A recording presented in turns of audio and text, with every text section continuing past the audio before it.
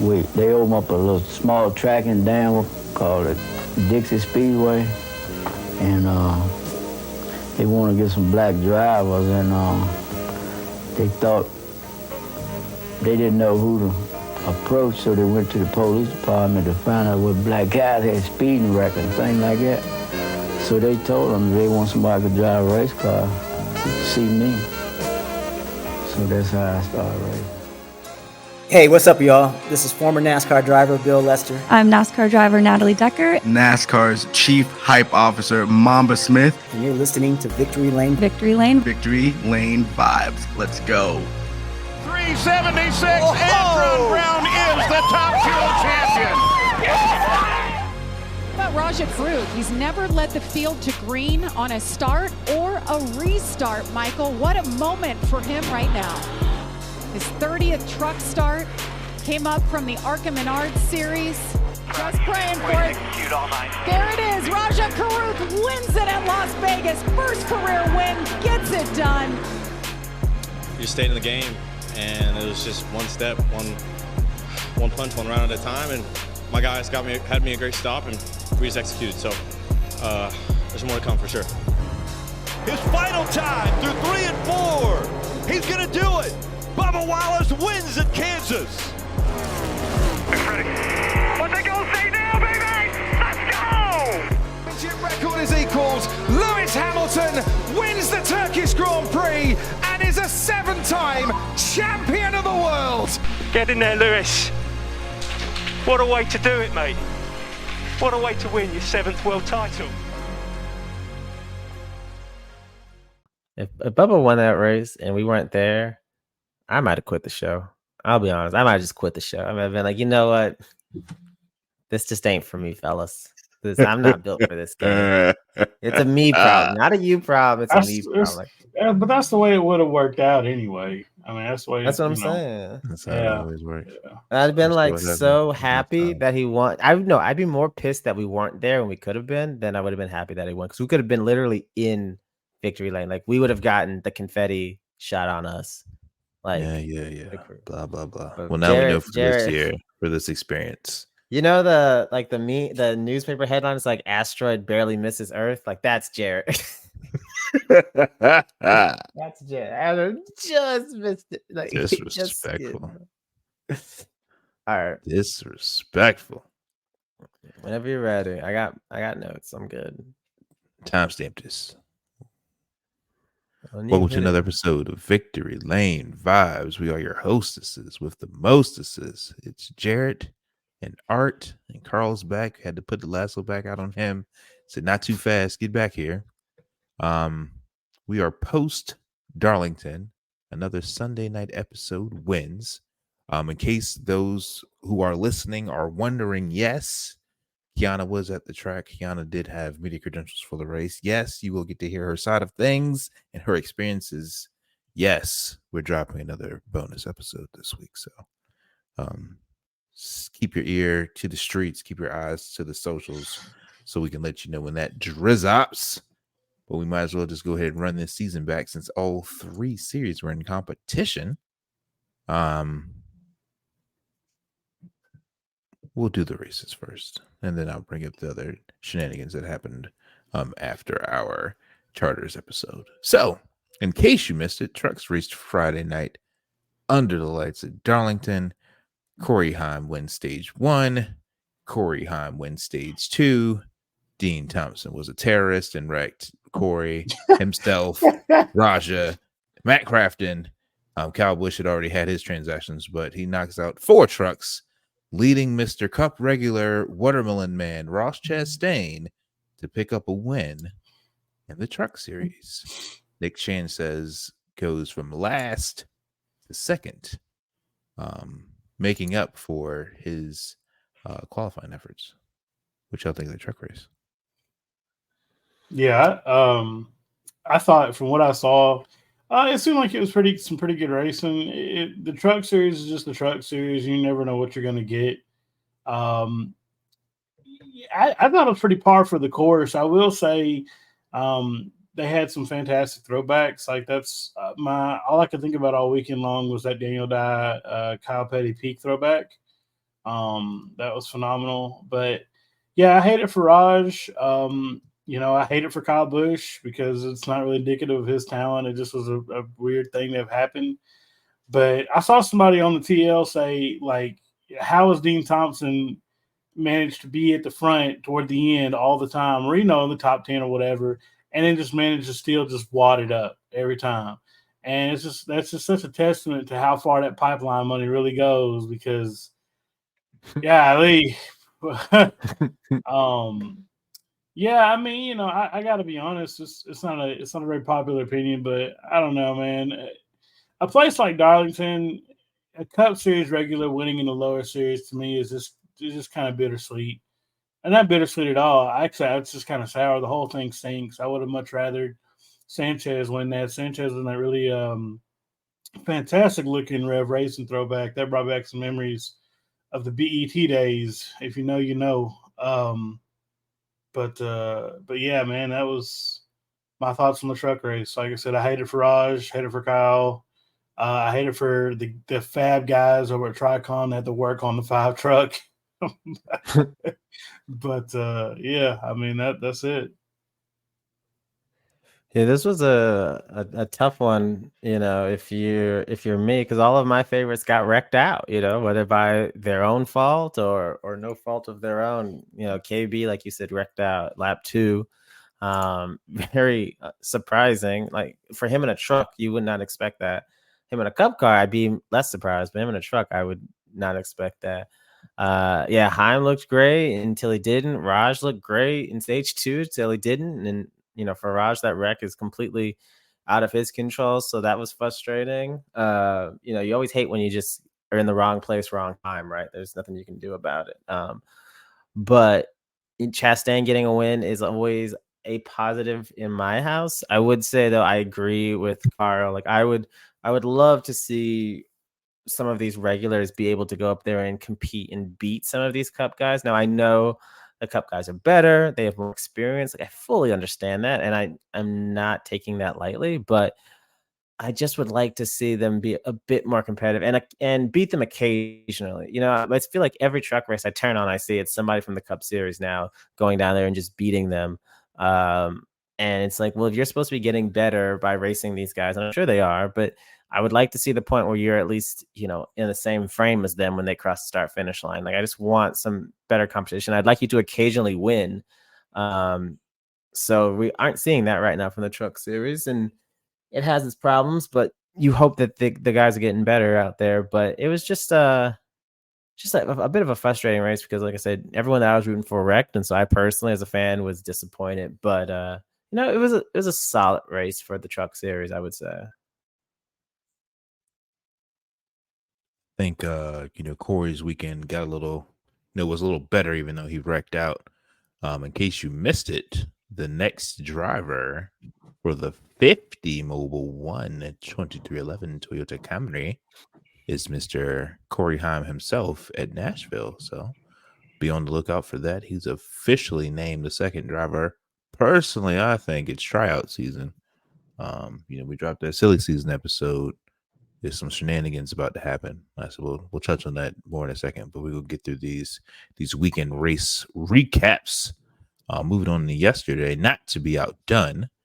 Justin Allgaier heard the doubters, heard the naysayers, said he's not going to blow a tire this time while he's leading the race. Sweeps all the stages, wins at Darlington, laid down a butt whooping in the Xfinity race. Nobody could touch him, and he deservedly, for that matter, wins the Xfinity Series race. Thoughts, feelings, and opinions on that? Yeah, I'll start this one. Happy for Justin. Like I'm a fan of his, and he's just had, as the broadcast showed, a lot of bad luck this year, leading late, finishing second a bunch of times. Like just really, really frustrating season for him. So him to finally get that win to start the year off and get that monkey off his back, I think was huge. I feel like Cole Custer seemed like he was going to run away with the race early on. He seemed like he had by far and away the best car. And then I think he had a loose wheel or something. And so he had to pit twice under caution. And just never could get back quite to the lead. I think he was in the top 5 late, but never could get back and actually contend for the win. But yeah, seeing Justin run up front is always great. He had old boy Austin Hill's number all afternoon, right? Winning restarts from both lanes. And, it's one thing when the guy beats you and he can pick the lane, but it's another thing when you pick him and he still just flat out smokes you and beats you and pulls off.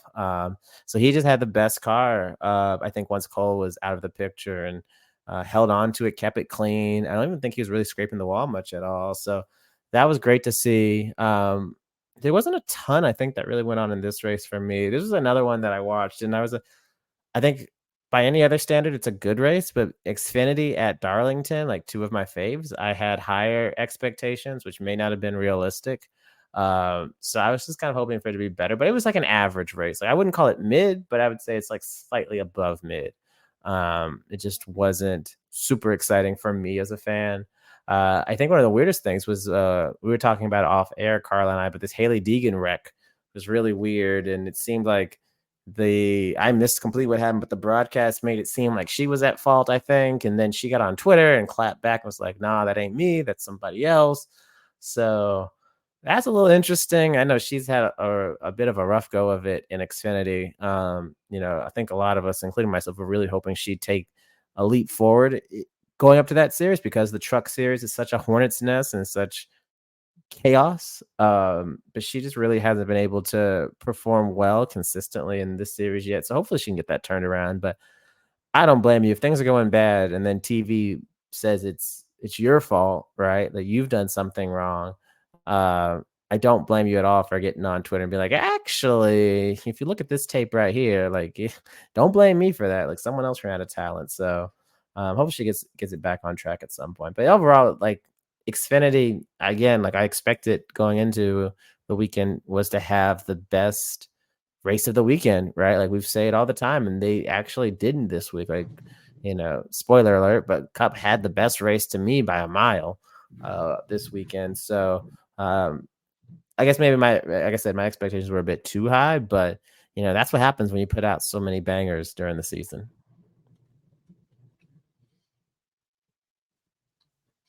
Yeah, mainly just shout out to the clinic that Justin put on there.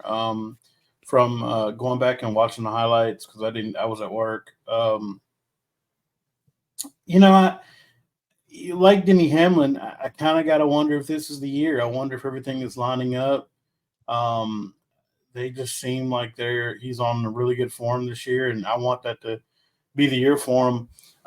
Besides that, I think the Xfinity Series won throwback weekend, free and clear. A friend of the show, Jay, works over at Alpha Prime Racing, and they won the best throwback for that Kyle Petty Hot Wheels throwback. That was phenomenal. Yes. I was a little disappointed there were no colored rims, but as I'm told, the colored rims cost more money and nobody really wants them anymore.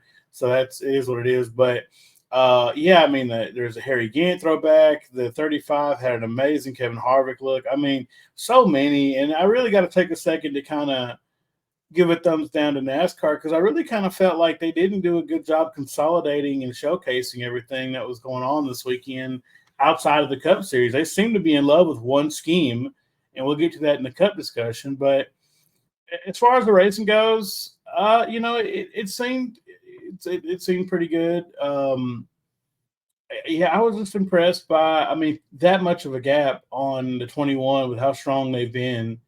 And then I think Byron came back up to the field, so that was pretty cool to see. So, I still am not really crazy about Cup guys even being in contention in some of these races, like places like Darlington and Bristol and Richmond, just places where they're not mile and a halves. There's an opportunity for some good finishes, some beating and banging.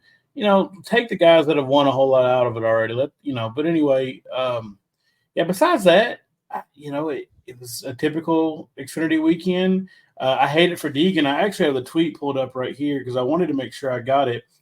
And basically she says that she was in the top lane and the 07, who was a lap down, doored her off of 4 and cut her left rear, kept it out of the wall, but the tires shredded because there wasn't the tire shredded, and because of what any foam in the door, they weren't allowed to keep going. And so I've gathered from that the replay pretty much said that she wrecked and took herself behind the wall, which that's not what happened. But anyway, so that's it. That's my Yeah, take but on real it. quick, Yeah, go real ahead. quick, that's what I was gonna go back to was I just wanted to say a big shout out to Alpha Prime because they absolutely crushed it. Last year, I think Raj had the Adam Petty throwback scheme, which looked amazing. Yeah. And this year with the Hot Wheels scheme, like I had that pulled up and it just looks so great. They even have Brendan Poole's name on the side in the same font and style as the Winston Cup sticker, which I know like this is getting very in the weeds, but that was my P1 scheme as a child, like up until 2001 as a kid, like when Jeff Gordon came out the Flames. But prior to that, the Hot Wheels scheme with the loop track was my P1. And it's still second only to the Jeff Gordon Flames for me, DuPont Flames for me as all-time scheme. So I am such a big fan of that, and I just have to shout them out as well because I have the biggest soft spot in my heart for that scheme. I think I was like the one person as a kid who was like only used Kyle Petty in the games. It was only for that scheme. Like I didn't care. I could only see the back of it. I was like, I want to win in this scheme every race. So I have to shout them out as well. Yeah, it's kind of silly to have a quote unquote throwback weekend and not pay any attention to all of the schemes. Now, granted, when the paint scheme preview went up Thursday, there were still some undisclosed and unannounced, but I feel like that NASCAR could have done a better job highlighting that. Everybody, the discourse the whole weekend is like, oh, why is blah blah blah not participating? Why is such and such don't have a throwback scheme? I'm like, well, if you're not gonna, advertise it, why waste the time to do it? If you're gonna have, the buy-in from your sponsors and everything, I feel like that's a, poor job on NASCAR for not highlighting that and promoting it to make it as big as it once was. Throwback weekend used to be really, really big, 5, 6, 7 years ago was like the highlight, the main event of this race. And then now it's sort of like, meh. Whether we do or we don't do it, meh. So I feel like they should do a better job with the advertising handling of it. Do you think it'll ever get back to those heights, or do you think it's like there's too much shine gone off it that like it'll never get back? Because I agree, like I remember they used to have, the full crew had like throwback style haircuts, and like the announcers obviously had like the throwback styles and all those. Like that was fantastic. I don't know. I just would love to see that level of commitment and buy-in. So I think that you have that level of commitment for the Southern 500 as far as a telecast, like from a broadcasting perspective, you get it. So if you're going to do it for one race, do it for one race. Like I thought that with the spring Bristol race being back on cement and the racetrack advertising, it's like, oh, it's throwback weekend, that we would have it there. And like we still have it at Darlington, but it's only for the Southern 500. Then don't have the expectation be for both weekends, or it's for this weekend for the first races. Be like, nah, just run your regular scheme. And when the Southern 500 comes, when the significance of that, then do it then. But I think it's just because all three series run this race. I don't think in the fall, when it's a playoff race, that the other series participate. And I think that might be a caveat to it as well. Yeah, I can see that. Carl, you were gonna add something?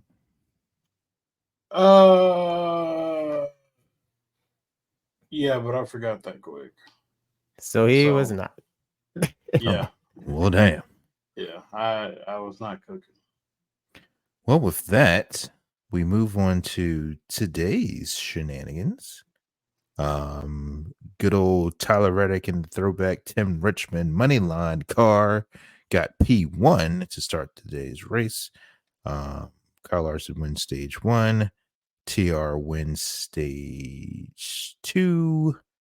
Mr. Kyle Larson has a lights too bright moment and wrecks himself, which leads the Good old Brad Keselowski, the old Sixer. Won this race. The Sixer won this race. Crazy stat. Have to call it out. Shout out NASCAR Classics for doing it. So Brad Keselowski's win today was the first win for the RFK Racing number 6 car since David Reagan winning in 2011. Talk about a drought. Yeah, damn. First winning for the 6 car, winning at Darlington since Mark Martin won there in September 1993. Woof. Yeah. And the last time that the 6 car won the first victory for the team was in 1999 when old Marky Mark won at Rockingham. Damn.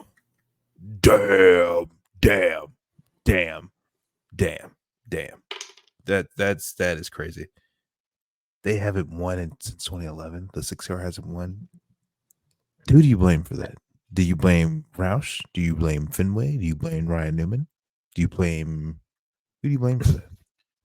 Well, if you want to be accurate, Roush put Newman in the car, so I don't think I think they knew what they were getting at that point in Ryan's career. Yeah. There's a lot of conversation that can be held because what's crazy is like Roush had success during David Reagan's time in the 6. So I don't know. But yeah, it's great to see that number win again. Growing up in Arkansas, like, everybody in the 90s was a Jeff Gordon fan. All the kids were Jeff Gordon fans. But, everybody also had a very divine allegiance to Mark Martin in the 6 car. He has that Valvoline car in his museum at one of his dealerships in Batesville, which is about 30 minutes from where I work. And I pass there probably once every other week. And I almost run over somebody cocking my head to look at it because I always want to see it. He has that and one of the 5 cars in there. So, yeah, it was a really cool moment. And am I giving my take on the whole thing, or am I just talking right now? No, give your take. Okay, yeah. It was a cool moment. And it's also like, it's so exciting, like, in this new era of owners to see them all succeed, right? Like, it's exciting when 2311 and Tyler and Bubba succeed. It's exciting when Trackhouse succeeds.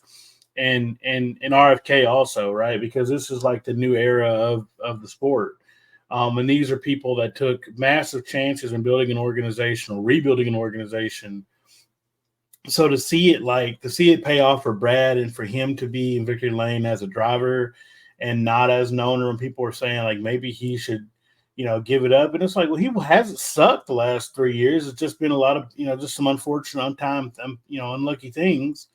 That was great. It was a great moment. I was excited for it. That scheme, I am so happy that scheme won. So often we go to this race in particular, the Spring Darlington race for throwback weekend, and a throwback scheme or a good throwback scheme has not won. And so I guess last year's throwback was pretty good. Anyway, that was cool. The racing overall, we'll talk about the finish separately, but the racing overall was really good. Darlington's always been a track where, you have a 3 or 4 car breakaway. Everybody's on top of each other. Guys are kind of following each other around because it's hard to pass there. But, new tires versus old tires make a huge difference. Who saved their stuff overrun versus who didn't. All of that was very apparent today. It did sound like they were shifting, though, which I didn't think they were doing at intermediate, but I guess it's a mile track. So they were shifting there. But yeah, man, it was a really, really good race. I caught the last half of it. I listened to like the first half. And yeah, it's hard to call it the best of the year, but it's just so refreshing and so good when we just have a just something that's reminiscent of a time that's almost gone now. Like I said, so for this car to put on a good race at Darlington and the finish, you got everything you wanted out of it. I'm pleasantly thrilled with everything. That's about it on there.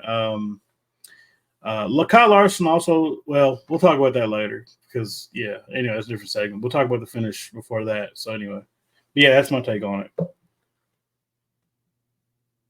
I really love this race. You know, it was one of those that had a little bit of everything for you. It had a bit of a war of attrition. You had the 12, you had the 19, you had the 5. Like all of those were strong cars. Ended up not finishing the race for a variety of reasons. You had pit road being super important. You had lots of green flag stops as well as obviously the stage breaks, which I always love to see. Green flag pit stop just because it really cycles things out. You had some pit strategy. Doing it in thirds versus halves in the last stage. So it really had a lot of what you could ask for from a race. And I will continue to praise Darlington to the end of time on this show every chance I get. It is one of my absolute favorite tracks. It is to me the most quintessential NASCAR track. If someone asked me like, what does NASCAR racing look like? I would say either Martinsville or Darlington would be the ones that I would show them. Yeah, it was just really interesting to see. You had a lot of really good, strong cars throughout the race. I want to give a shout out to Ty Gibbs because he was really, really good today. And I don't remember where he finished off the top of my head. I'm pretty sure he had a top 5 or a top 10, but he had a really strong day. And as a young driver, even if you got all the talent in the world, like Darlington is one of those places that can chew you up and spit you out. And he was a threat to win. Oh, he finished P2. That's right. He was a driver that had a lot of strong laps and strong showing today. So I want to give him credit as well. And finish aside, I have in my notes that the 17 car has the most guts in the field, slice and dice again. Like Chris Buescher, regardless of the finish, like he continues to show that he is a real racer. Like he is a wheel man. I feel like that's like the 3rd or 4th ultra impressive, aggressive move that that he's made this season alone. And I just continue to be a fan of this guy. He does everything the right way. You know, that's all you can ask out of a guy. And yeah, talk about the finish, but I just really, really enjoyed this race. And you know what? Even from a TV standpoint, I felt like they did a better job this week. Like I don't remember seeing many kids, if any. Yes. The camera angles that they had were great. They used that overhead shot a lot during the restarts when they're door to door, especially on the front row. Like those were fantastic to see, and they kept them for a couple laps, like 2 to 3 laps before they cut away to it. You know, like I gotta give Fox a little bit of credit on the broadcast side as well, because like they really stepped it up this week. So I don't know how anyone comes away from this race looking at it objectively being disappointed. You know, NASCAR is putting out you know, 2 back-to-back fantastic races, and it's not very often in the last year or 2 that you can say that, just with the schedule of the car, all those other factors. So for it to end out how it was great. I think this will be a pretty popular win, and we'll talk about that in a second. But all in all, this was an A+ race for me as well. Like I'm super happy. I've got my money's worth. I was satisfied with it. It was great all in all. You bring up hashtag real racers. I just want to shout out some right quick. Losing your job seems to improve performance. Josh Berry finished 3rd. Chase Briscoe finishes 5th. So somebody don't want to, you know, be in the unemployment line. And so shout out to half of the SHR stepping up. Justin Haley gets a top 10 for Rick Ware, their first one outside of a super speedway. So kudos to him. You know, he's doing what he's got to do to show his worth as well for his future endeavor. For those who don't know, Rick Ware is in an alliance with RFK, and they won the race this weekend. I'll let you connect them dots yourself. So good on him, good on them. Yeah, I mean, it was a great race. I was thoroughly entertained. It was appreciate them bringing the Kansas tire to this track. Definitely added some nuances just with tire wear and pit road strategy. You saw in stage 1, Bubba and Ryan do something crazy to try and flip the stage. I actually got some stage points out of it. So I like apparently, the industry doesn't like racetracks where you have to do tire strategies.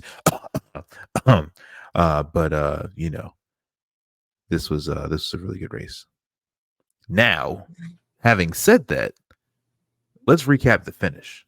Mm-hmm. So I forget who caused the caution. Was it Larson? Did Larson cause the caution? Yeah. Larson hits the wall. He goes boom, wrecks his car. He's done for the day. And then you had the money stop, like we all talked about, at like less than 40 laps to go. Tyler had that first pit box, which is lethal at Darlington. Lethal. They were on at that last stop, 8-8 to get him out first, which is very good for 23-11 because y'all know the pit stop and the pit crew and all the things we talk about week to week. So it's good on them to get sub 9 to get their boy P1. And I thought we had a cooker. We was gonna get the first 2-time winner in 23-11 history. So on the restart, Brad and Tyler get into it right off the jump, dooring each other. They're driving around, and then they got together to Art's point. Chris Buescher sliced and diced, dove all the way down to the inside pit wall to get around them to jump up top. I didn't think he was going to be able to hit his marker in time to make the corner, but he did, and he flew off into the sunset. But then Tyler being Tyler, he's a wall riding merchant, sort of reminiscent of that was not foreshadowing. No. It just for some reason just saying that, and I was thinking about how much like NASCAR posted his line from last week. Mm-hmm. And I was it was just funny to me. That's all. I don't know why it was funny, but it was funny. But he likes to get up there and test that air pocket, that bubble that they always talk about on the broadcast. And Clint was on it with the call. He's like, he's gonna try it here. He's gonna go for it. And that man sent it in there. And I was like, oh, we got it. And then no, they don't. No, we didn't. And Brad went past, wins the race. Shadow Castro for letting him run the Tom Supra scheme because I'm not big on diecast like these other privileged people on this podcast, but I think I'm gonna order me that one. Okay. But yeah, let's talk about the finish. Go ahead, Carl. Nah, yeah, he tried to walk past it real quick. So right? My webcam is unplugged because I was redoing my cable management last weekend. So but me and R at the same time rolled our eyes at that. Did someone catch the number of that bus? Yeah, just rolled through here. It's about time. I'm tired of it running over me. So I guess I'll talk about the finish real quick. So friend of the show, Dylan D-Getting24 on YouTube. Make sure y'all check him out. He tweeted something a little bit ago. I retweeted on the pod account, but he just said, it's okay for everybody to be mad at this. And that's how I feel about it, right? Like people are definitely upset over one side or the other. But it's just, we talk about it with Bubba, right? Like winning in this series is so hard and the playoffs mean a lot. And it can come down to, needing that one win or that one, set of playoff points or whatever the case may be. And if Buescher doesn't have it, but somebody else does, then, like I said, somebody who's not deserving may be going on and he won't be, so I understand his frustration with it. It was great racing at the end. It was, just typical Darlington, man. You can't ask for a better, from a fan perspective, you can't ask for a better finish than that or a better into a race. I know people are pissed off about it, but it's like, as part of being a racing fan is sometimes like there has to be chaos. Like there has to, like sometimes like shit has to hit the fan a little bit for, it's just part of it, man, So, I get people's frustrations, but Chris had every right to be mad about that because it certainly looked like from the camera initially, it was like, oh, Tyler just was like, hey, I'm not going to make the corner if you aren't either. But, he post-race was like, hey, look, I know I messed up and I'm trying to, because like he's a lot better than I am. Because in that situation, if you're in my face yelling at me and pushing me, I don't care if I'm dead to rights wrong, buddy. I'm pushing right back. So for Tyler to be like, hey, no, you have every right to be mad at me. I messed up. Hey, that's a true gentleman move. I don't even think Tim Richmond, who he was throwing it back to this weekend, he probably wouldn't even done that. So yeah, absolutely not. So hate it for Chris because that was a great move, pushing Brad to get alongside Reddick like that, and then like I said, backing up a little bit, letting them race, and then shooting down 3 wide or whatever, like coming around right there. Fantastic! I could watch that clip a million times. I was like, this is insane. But yeah, I mean, it's the way Darlington should be, and it has been in the past, and both parties are going to move on. I'm sure Chris is going to win. Tyler's already got one. It's going to be okay. But again, above all else, I'm excited that Tom's Super Scheme won. I'm excited the 6 won. So like it all played out perfectly for me. So I mean, but Art, I'm gonna let you go, but I just want to just caveat to that. If we ask for exciting racing and we complained about the racing product week to week about how it's not exciting, how it's boring, it's follow the leader, it's air blocking, it's this, it's that. You have, for the second week in a row, Chris Buescher pissed because he got cheated out of last week's win. He got wrecked out of this week's win. I mean, his boss won, so yay, the team won. Right. But that organization themselves, I feel like they in the last like season and a half, they've probably got more second place finishes than anybody, just because they have the speed to be up front, but they can't close the deal. So I was talking to somebody earlier today when the race was on after Kyle Larson wrecked. I was like, man, no wonder he wrecked Chris Buescher last week, because he knew he was going to choke this week. He's going to choke it away because he had a fast car. And it's just, I feel like we don't give these drivers enough credit for the aggressiveness that they show in the moment. Because I think Art alluded to last week, like, you never know when it's your time to win. It's really hard to win in a Cup Series. This is the best of the best, the creme de la creme. You got to take your wins. So like in hindsight, Larson was in the right for taking his win. And Tyler tried to do the same and take his, because I know they have expectations and championship dreams and all that stuff, in the 45 team, just as well as every other team with a charter. So just makes you go like, aggressiveness. Go ahead, Art. Yeah, I mean, I think this is another case where you can be upset that your driver wasn't in contention for the win. Of course, like, that's what any rational fan of one of these guys would be. But this is exactly what you would want. This is classic NASCAR racing. I mean, this is truly the product that you want. You want guys to be able to be aggressive. You want them to be able to bang doors and rub fenders. Like, that's what makes NASCAR. Like, Formula One is great and all that, but if they so much as touch each other, chances are that car's going to disintegrate, right? Because it's so fragile compared to like a NASCAR stock car. And that's just not the product that NASCAR is supposed to be or should be. So I'm fine with what happened. I think Tyler probably got a little bit too aggressive in the moment, and there were still like 10 or 11 laps to go, and like, yes, it's close, but he really had the best car out of the 3 of them, and I'm pretty confident if he could just stay within a car length of the 17, he probably would have got him back, and maybe even in the next corner could have got him back. So I mean, I think if you're going to blame anyone for fault here, it has to be Tyler, because he's the one who made the move that didn't work out.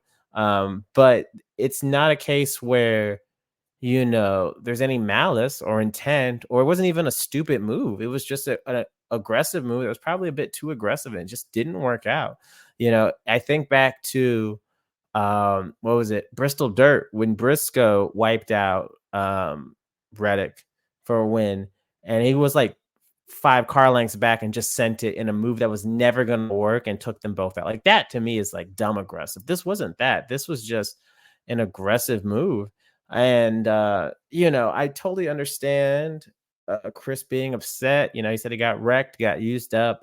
But, a lot of that's in the heat of the moment, right? Like, you've been racing for 3 hours. It's hot. It's hard to drive at this track, especially, the shoving on pit road and all that. Like, I totally understand that. Like, I don't like to see that necessarily, but that's totally understandable. I mean, like I said, these guys are emotional. Like anyone would be, trying to get a win. And, he's trying, like he said, to get a sticker on his car. He's trying to lock himself in the playoffs. And, he made the move that in another universe absolutely wins him the race.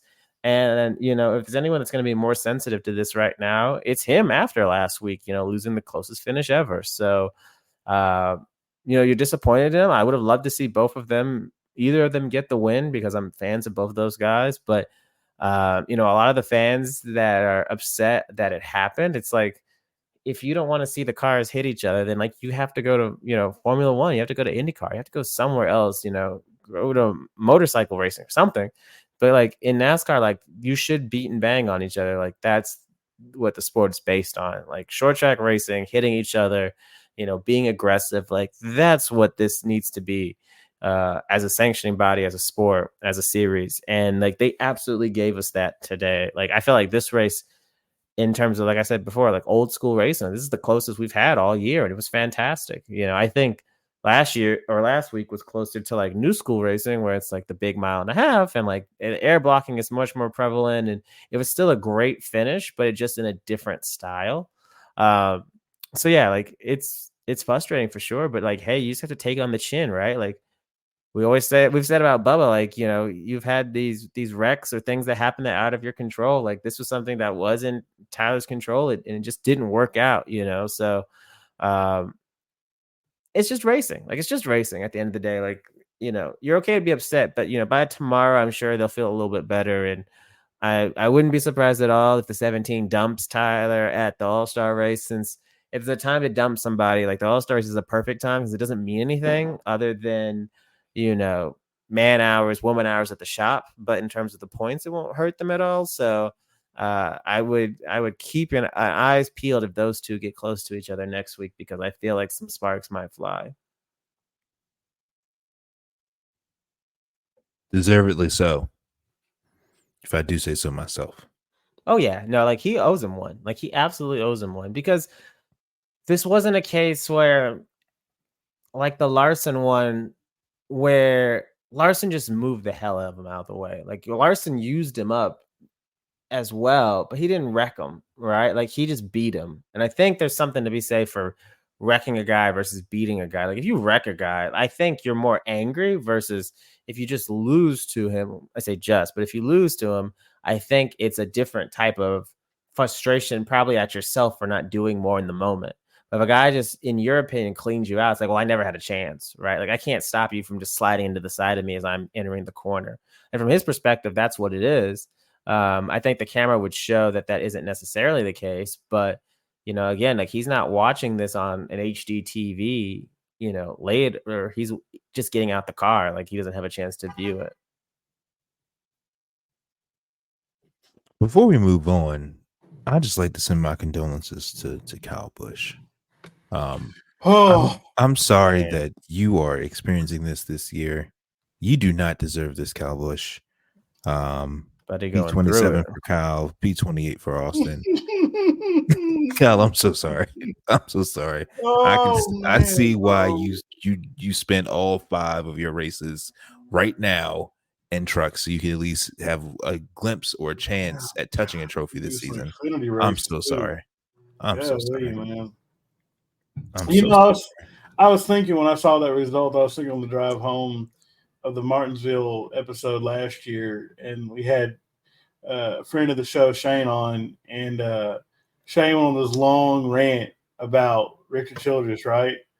And I was like, dang, bro, chill out. And then I was like, he might have been onto something, because, yeah, man, of course this team just takes a significant turn into performance after they had a pretty good year last year. I don't know, man. It's just frustrating, and I want them to get it right. I want Kyle to have, his last, 3 or 4 years in Cup be golden years or whatever, I know he's staying around until Brexton races, but golly, man, it's so frustrating. I don't know what they've missed but they need to find it.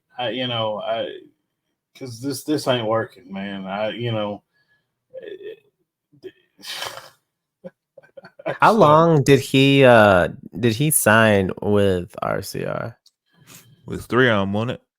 Yeah, so initially it was a 3-year deal, but I think the way that it looks is I thought the way that it looked was that it was longer than that because of the KBM deal, but I guess not. So I don't know, man. He might be, heading to the 7 car in 2026. Like I said, Spire, ups her deal, gets better stuff from Hendrick. They need a better driver. They get McDowell over there winning races. I don't know, man. He can go back to the 48.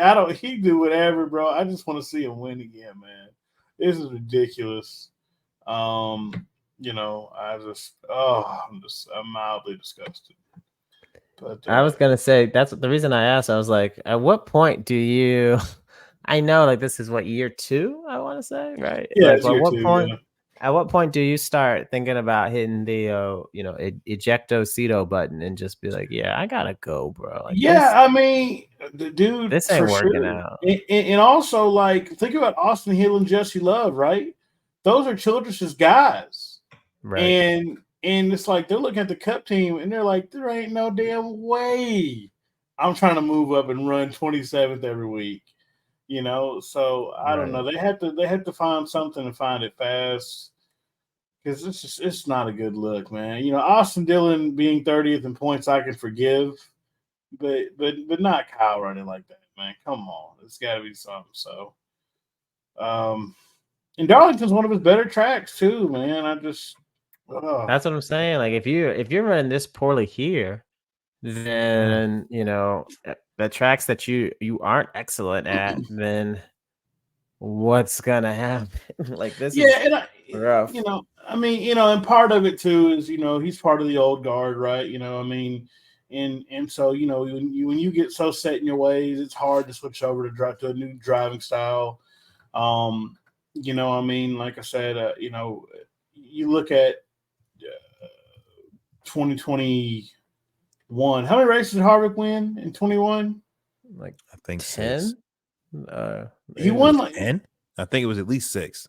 He won like 10 and 20, and then he won like 6 and 21. Like he had what I'm trying to say is this, right? He went from winning 10 and 6 races a year to 2 and then 0. You know what I mean? Like it's just that generation of guys. Joey Logano is another one. Brad Keselowski. I don't know. Denny Hamlin, maybe Martin Truex Jr., but the only guys that have really translated well into this car from the old guard. The young guys have done great. Which I don't know what the difference is and how the style of next one. I don't know, but yeah, man, I just hope they figure it out. And part of me has always wondered if RCR goes through these ebbs and flows because they're so far away from everybody else. You know what I mean? Because like Winston-Salem is like 3 hours from Charlotte or something like that. Mm-hmm. It's pretty far. It's not 3 hours, but it's pretty far. 3 hours. Okay, well, I don't know. I don't. It ain't. Look at this way. You're not. If you're in Winston-Salem, you're not stopping over in Charlotte to pick up milk. I'll put you that. It's a drive. It's a good little hike. It's a trip. So I wonder if their distance from everything else that's happening is really hurting them. I'm mildly curious about that because this isn't new for them. They've always gone through these ebb and flows. I remember like 2018, there was a minute where like everybody thought like, okay, RCR is back. And then like that went away. And then, 22, both cars won. Last year, the 8 car won. And then like now it's like they're lucky if they finish in top 15. So I don't know. But it's a lot. It's a lot.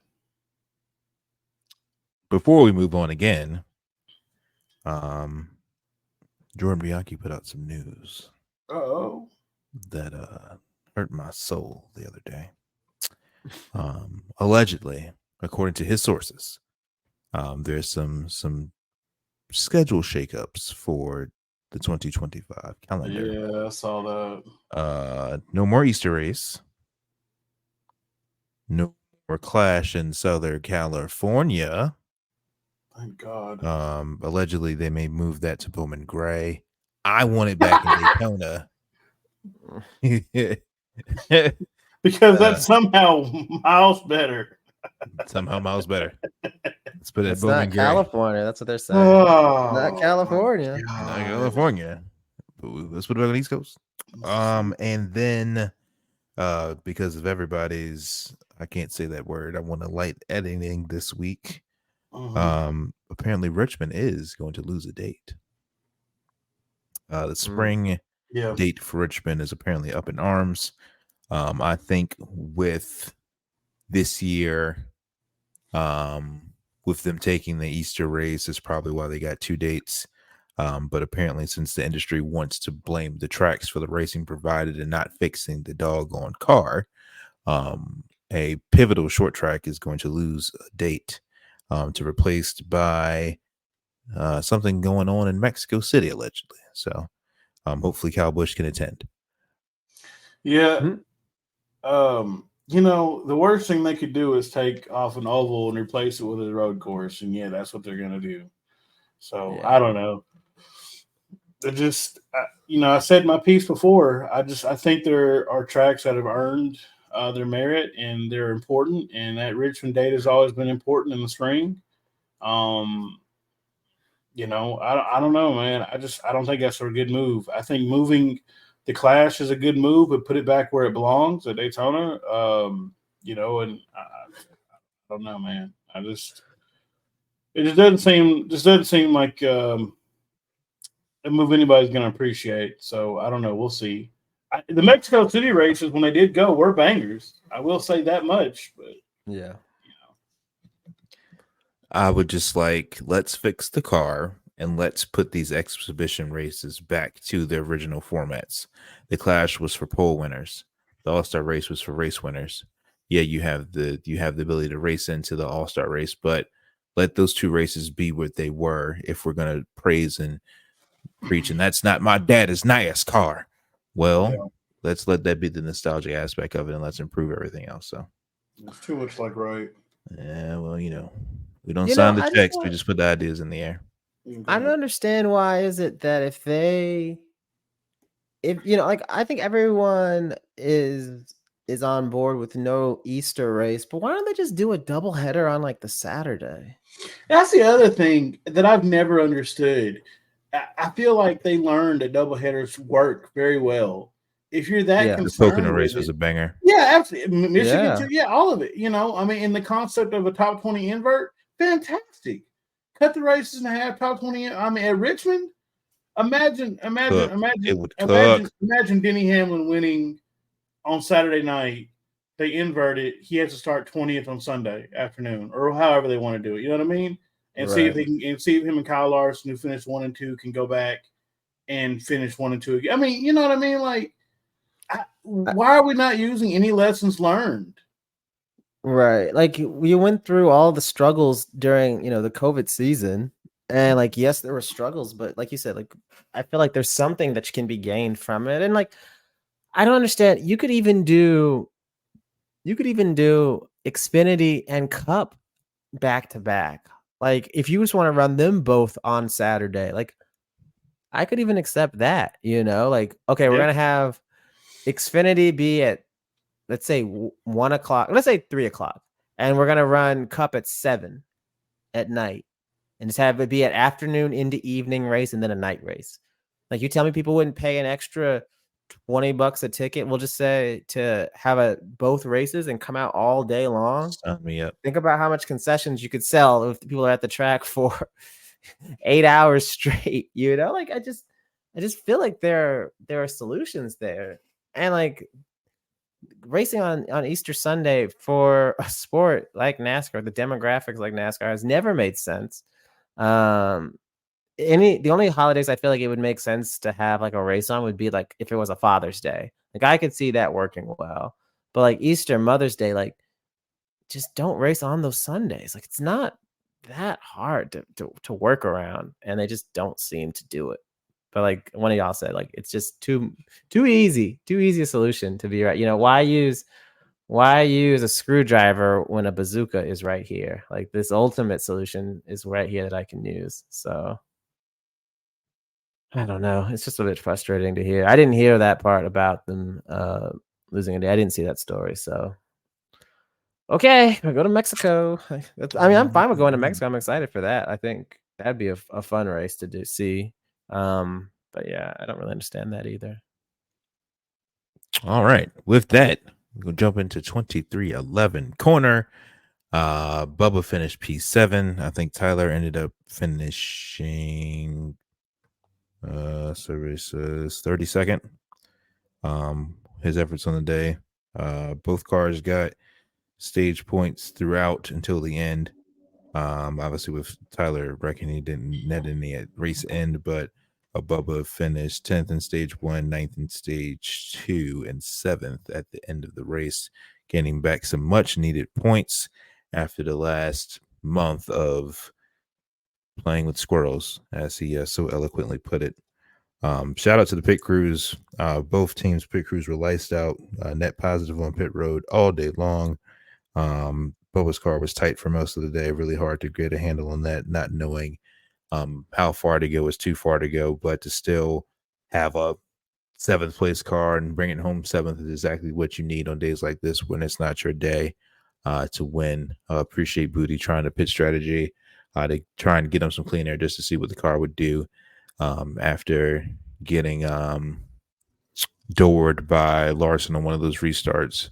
We thought the car was killed, but he was just tight and he had to wait for the prior tire pressures to come back up so he can get the car back to him. And then he started back moving through the field. So overall, great day for the team. Not the results that we hope to achieve today. But I appreciate them going forward. I appreciate Tyler's aggressiveness. I appreciate Bo's aggressiveness. Just because you have one sticker doesn't mean you just have to ride around and not get more.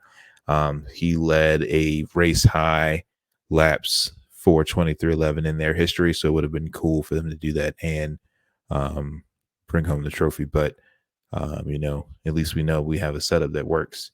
We'll see what they can do in the playoffs with it and see if the luck doesn't change for them then. Yeah, I mean, this is a tale of two finishes.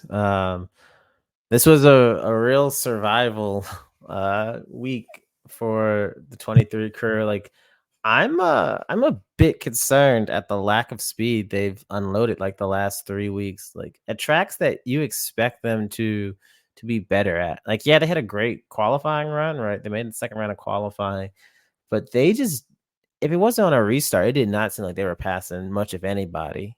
The pit crew was fire for the 23. Like, I think they gained spots on pit road almost every time when they pitted under caution. But like the strategy calls they were making pitting under green were just, I'm not going to say they were bad calls necessarily, because I agree with you. I think you have to try something, but they just didn't work at all. And they were constantly cycling out and further back. And, I get the idea of trying to save a tire and like run long or whatever. And like I said, I get it, but like it just was very frustrating. But somehow, despite all that, they were able to get stage points and finish 7th, I think it was. Yeah, P7. So I mean, you'll take it, honestly. Like, that's a godsend after the last couple of weeks. Like, we just need something to stop the bleeding because they've just been hemorrhaging points because of wrecks.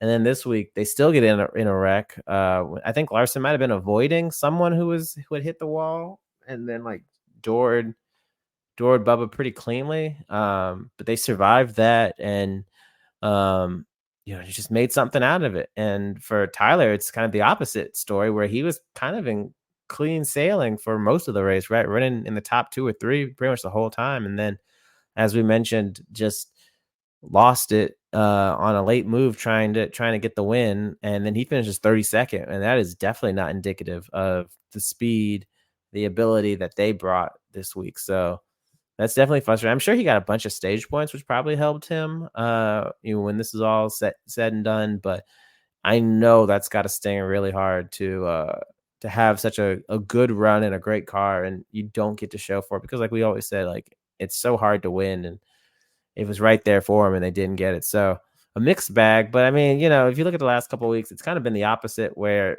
Tyler was surviving and getting decent finishes and top 10 finishes, and Bubba was in the wreck. So for 1 week, they can have the fortune switch on the ride back to airspeed.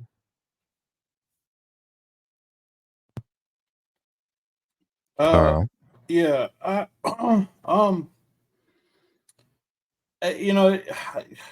don't know, man. Today just was kind of nerve wracking on the 23 side. Just really unsure of what the car was going to do, and what the adjustments are going to do. I had seen some reports where, in qualifying, he looked like he was going to put down a pretty good heater, and then he got away from him, and he qualified 8th. And I was just like, look, stage points and just finish where we started. And that's what happened. So I'm happy with the 23. I just, I don't know. Bubba said earlier this week this is where they lit a wick under them last year, and I believe that. And you know what? At the end of the day, I'm not mad about controlling what you can control, maintaining. That's important too. And so, I understand that 7th was, a little bit of a shrine of good luck because of some spots they picked up because of the 17 and the 45's bad luck, but they managed to get back into the top 10 at the end there. And I just think there was some questionable calls being made, but they had to do what they had to do.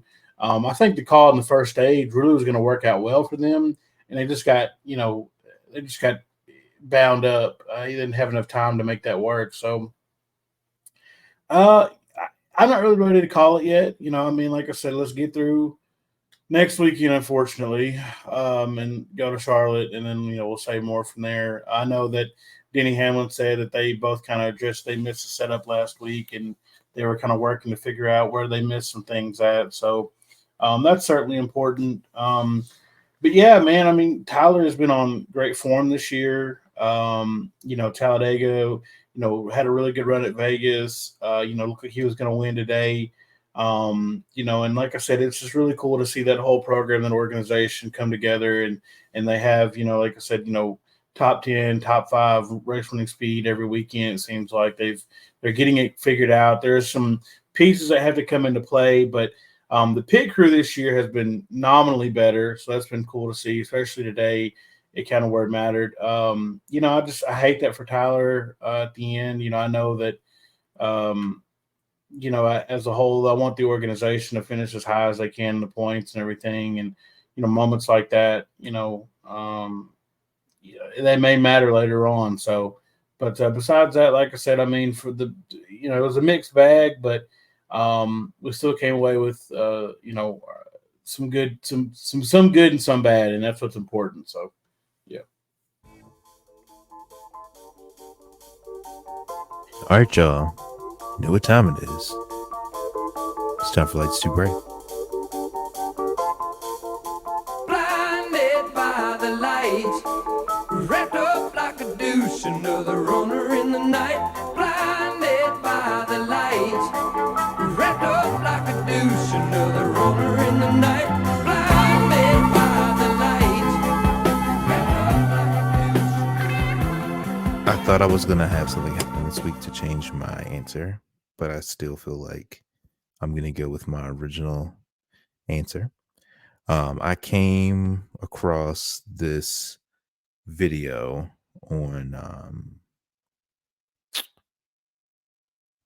Twitter. Apparently one of the co-hosts of the Black Flag podcast, Mr. Bobby Timmons, he was racing, looks like a go-kart. And it looks like it had been under caution because there were safety vehicles out on the track cleaning up a wreck. And one of the safety cars didn't see him, turned down into him, and hit him. He was going at a pretty good bit of speed. Like, it's not funny, but it's kind of crazy that you just out here just trying to race your race car, and the people that's supposed to keep you safe, they almost kill you. It's wild. But I have to give honorable mention because I'm not doing my job right if I don't, to Tyler. I understand why he did it. It may not have been the right time to do it. I feel like if he would have made that move going into 1 instead of going into 3, he would have had more room to do more things. would have given himself a little bit of a buffer to get clear. So I'll give out 2 lights to bright this week. Yeah, I can't say, like, I would be doing a disservice if I was biased on my lights too bright. So I also got to give it to Tyler this week. On the 2 points, one, I didn't see anything that was really awful that sounded like lights too bright worthy. I could say Larson, but I don't know exactly why or how he spun out. Like, I still have not gotten the full story. I don't know if it was just he got loose or if he blew a tire or like what. Because we hardly talked about him, but he was a dominant car. And definitely would have been in the hunt for the win. Probably had the best Cup Series throwback scheme this week. But I don't know the full story, so I'm not gonna give out lights too bright without knowing enough of it. But I have to go Tyler just because anyone who makes that move in that situation, like that is the epitome of lights too bright. Like it's 10 laps to go, you have a chance to go for the lead and probably win, and you make a really big aggressive move, and it just doesn't work out at all. Like it's pretty much the worst case scenario. Again, it's not for a lack of talent, like we've had talented people on lights too bright, and so this week he has to take his lumps, but he's going to get 2 pairs this week at least. Yeah, I mean, I could see the giving it to Reddick angle, because like I said, I don't think his intentions were ill will. I don't think he was like trying. I think he just was like, I have to make this move, and that this will put me, like I said, ahead of him and these things. And then the move halfway through didn't work out, and he was like, well, now we're both going to crash. So, those are his words essentially. So, with that in mind, I guess I could give it to him. I guess we could, the second week in a row, we could be in unison. But I also just kind of want to give it to Larson just a little bit, because that crash didn't seem so bad, on camera. And then when he took 35 minutes to describe it, I was like, okay, man, this isn't the Grammys. I don't know what you're talking about. But because you spent so much time trying to explain it, just admit, bro, you had a mental lapse. You were out to lunch for a little bit, and the next thing you knew, you've been a toe link. That's it. So, I can't give 2 lights too bright. And y'all have already said Tyler. We love Tyler. So I'm gonna give mine to Larson. If for nothing else, for that long ass interview, when all he had to say was, "Yeah, terrible. I got up in the wall and we've been a toe league. I was trying to get out of the way for my teammate," and instead it was just like, "Yeah, I would, yeah." So that's my lights too bright. Deserved. Let's see. Open mic time. Surprise. The vibes are gonna be at the All-Star race. We could be at the Wilkesboro. Pull up on us. We're gonna have some things with us. Some cards and some. I guess we'll bring some more shirts to throw at the fans and things. So it'll be 2 weeks in a row. We'll be at the track. So if you see us, wave hi, say hi. We're friendly. Arthur and I will be there. And we'll be in. Oh man, I almost said full regalia. You can't say that. You cannot say that. You cannot say that. We will be. All right, I'll take it here. Yeah, we'll be out there. We'll be wearing a Vibes T-shirt. Excuse me, a Vibes polo. So look for the Vibes polo. Look for one of us. Probably have a backpack. If we got some free shirts, we can give out to you. We'll give it out to you. I'm gonna be the host for the rest of the show because Jared has. Wait a minute. I'm just a simple country chicken lawyer. What does full regalia mean here exactly? We're gonna have articles of clothing with our logo on it, so you can recognize us in the crowd. Okay. I don't. All right, whatever. I don't know what this is between you two, and I'm gonna leave it between you two. Appreciate that. Yeah. Yeah. Preach. But yeah, we'll be out there. We're running a race to 1,000 followers contest on Twitter. We had a 600th follower winner today. They are the new owners of a brand new, freshly printed Victory Lane Vibes t-shirt. Still some of the unreleased merch. The store is about to launch. But if you win any of our prizes, you get the secret sauce, the stuff that we wear a lot to airspeed. And for 700, I think Art is giving away some 3-car, the real 3, not Austin Dillon, the real 3 Yes. memorabilia Yep. for the 700th follower winner. So make sure you do that. Like, comment, subscribe. I did a bad job about posting fantasy last week. Shout out to Blair. She was in the DMs gloating how she's beating me in my own game. I thought that was extremely disrespectful. Yeah, I do see. Yeah. But Abracadabra wins this week. In the for our fantasy, I'm trying to pull up and see how they achieved those results from this race. Abracadabra had Willie B, Bubba, Chase, Ty, and Tyler Reddick. That will do it because Willie B finished 6th, Bubba finished 7th, Chase finished 12th, Ty finished 2nd, and OTR finished 32nd. So I don't know. I feel like there was 10 laps left that Ty would have got Brad. Oh, he would have. Oh yeah, yeah. Well, he would have got he would have got to Brad, and then the 4 would have got to them, and then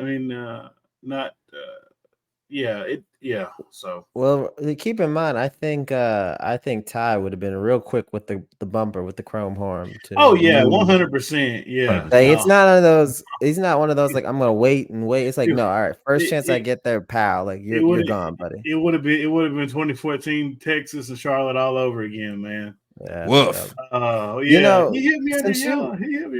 Yeah. What's up? You mentioned they picked Chase. We didn't even talk about Chase on this show. This is a guy who's run well at Darlington, and they were dog food for pretty much the whole race. When the entire race, they just slowly, emphasis on slowly but surely, crawled their way back to a salvage a finish. But I think that's one of those where it's like you fought kicking and screaming just to finish 12th. Like that's one of those that has to make you do a little bit of soul searching afterwards. I'm with the HMS dominance as of late, I'll take it. Also, since it's open mic time, to my sim racers, please keep an eye out on Twitter. I am putting together some information this week about something we're doing this summer. If you've followed the Twitter, I've already brought it up before. I work 70 hours a week, y'all, so it's hard to stay on track when I'm home, but I'm putting together some stuff to gain some interest. Hopefully we can get enough people together. We can do some cool stuff this summer. So just keep an eye out for that. There's going to be a little form, fill it out, and I'm going to take that information and figure out what the hell to do with it next. I'm holding my own feet to the fire on this. I have a note made, so just please check that out, because somebody said that I guess I'd mentioned it and never talked about it again. So I'm bringing this back up, but so keep a lookout for that. That's about it. That's all I got. Shout out one more time to Kianna for going for us this weekend. Yes, did a lot of work. I know she had to deal with some BS, and that's her story to tell if she feels like telling it, which she should, because we created this podcast out of having those kind of conversations. But just shout out to her whenever she listens to this, because her discussion will probably come after this episode. So y'all be sure to tune in for that. Also, got some cool stuff planned for the rest of the week, so there's that too. So yeah. I got one since before we wrap up. I just want to say, this is not an original idea, so I'm not gonna pretend to take credit for it, and I lost the tweet, but we talk a lot about throwback schemes on here, and a lot of reasons why these schemes have been so memorable is because a lot of them were created by the same guy, longtime race fans know the name Sam Bass. He created so many schemes, memorable schemes. And the one that this week that came across my timeline was because he created the original Kellogg's 5 scheme for Terry Labonte that Larson was throwing back to. Fire. And I just for some reason assumed this was the case, but this man has not been put into the Hall of Fame yet. Like, this man belongs in the NASCAR Hall of Fame. I don't understand why that hasn't come up yet. But whoever tweeted that earlier, I wish I knew who you were. I could find you, but count me on the bandwagon. Like, and get this man in the Hall of Fame. Like, he has such a huge impact on not just the paint schemes, but branding, merchandise, licensing. Like, you know, there's a reason why 20, 30 years later, people look at this scheme with, and like, not just the Terry Labonte one, he did a bunch of them for HMS and other teams, but there's a reason why those schemes are held in such high regard and are so memorable, because they're so damn good. And this is a guy who I learned about as a teenager, probably with like posters and stuff, but absolutely deserving of being in the Hall of Fame just for the impact he had on NASCAR. So whoever's listening to this, whoever has some kind of pull, like, get that man's name in the Hall of Fame. Like, he absolutely deserves to be there. And you know how fire a scheme has to be when it's the new rules with the number moved and it still looks good. Phenomenal. Still works. Still works. Yeah. Crazy paint scheme. So with that, it's All-Star weekend next week. Surprises coming. Hopefully there's some fire paint schemes. I miss like the exhibition races. People used to go ham on the schemes, man. I'm hoping that stays true. Like, oh, man. Remember the reverse Jeff Gordon scheme? Like he did. There's like 3 All-Star scheme of his that are just phenomenal. When he brought back, phenomenal. He brought back the original rainbow for one, I feel like. Didn't he do the Chrome Illusion car for an All-Star race? Arthur would know that better. I want to say yes. Yes, it was. It was for the Winston. That's right. Yeah, I'm looking at it. 98. Yep, that's good. Yeah. There's a couple that I think about all the time. Anyway, I just remember one All-Star they ran like a color chrome version of the Rainbow Warrior car, and I was like, damn, it's hot. And then there was another one where they brought back anyway, it doesn't matter. But I wish I would put a little bit more emphasis into the All-Star scheme. It used to be a really special occasion. They don't do that anymore. I don't know. It just doesn't feel really all-star-y, but I am excited about the hards and the intermediates. We're playing F1 this weekend, apparently. So, no. I don't know if it was news that everybody saw, but just since it's open mic time, Bubba has a new sponsor. Bubba has a new scheme coming for the All-Star race. I don't know what it is. I don't know what it's gonna look like. I don't know. But I hope it's fire. It's Outrooz. Oh yeah, sorry. No, go ahead, Carl. Yeah, so he ran the retro Rainbow Warrior in 04 at the All-Star, and that's what I remember that. So anyway, I think I just had a version of the diecast where it was just chrome, not chrome but silver. I don't remember what the gunmetal finish or whatever it was, but anyway, that's all I had. Well, cool. Well, with that, we bid you adieu, a fond farewell. Keep a look out for our updates on socials when Kianna's episode drops. She gets her own spotlight this week. We'll be sure we blast out all over the place. Like, comment, subscribe, tell your friends, follow us on all the social media pages. We actually give away our prizes. We are not one of those other websites and social media accounts that just says it and doesn't follow through. We actually do. Shots fired. Shout out. I don't know. Yeah, who are you talking about? Yeah, I don't. Tell us off air. I don't know who you're talking about. We said off air. Big thanks, huge thanks to Home Field. If y'all didn't get the Arrow McLaren merch that dropped Friday, I was able to complete my mission. My shirt's on the way. So use our promo code VLV24 to save 15% off your order.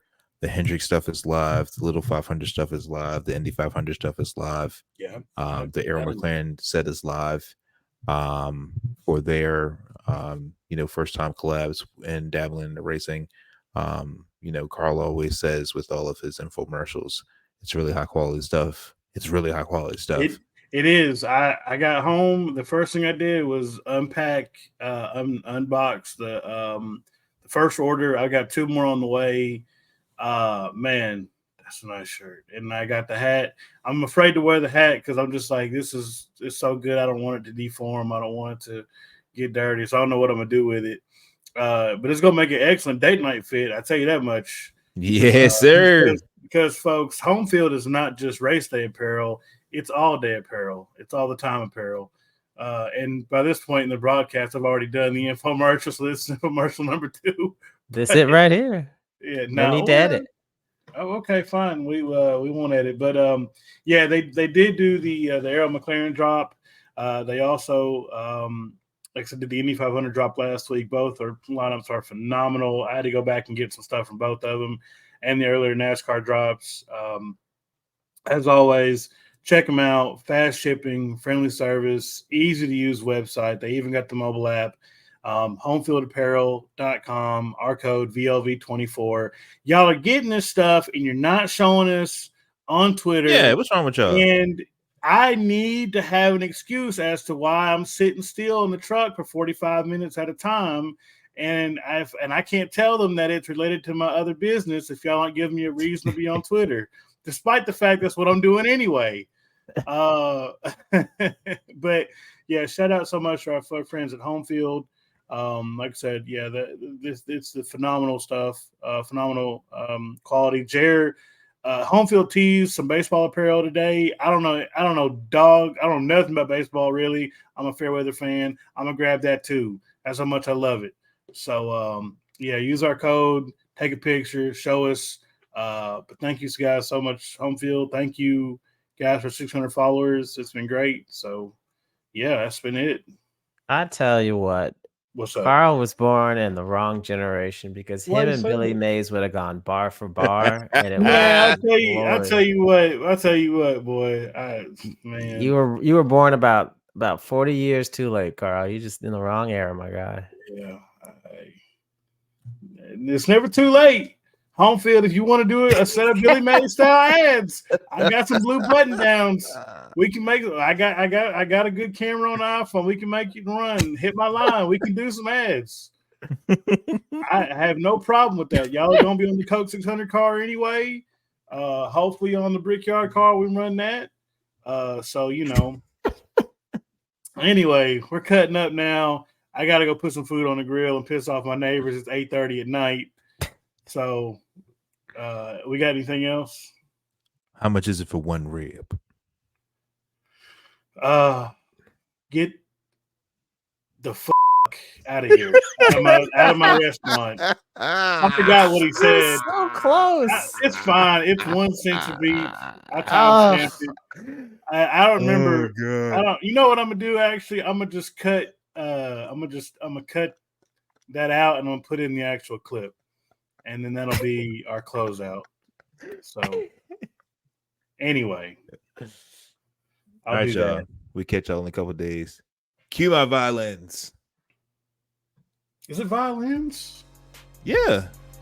Okay. I don't know. Someone skipped the music there. Yeah, it's not the prestige in here, man. I'll tell you that.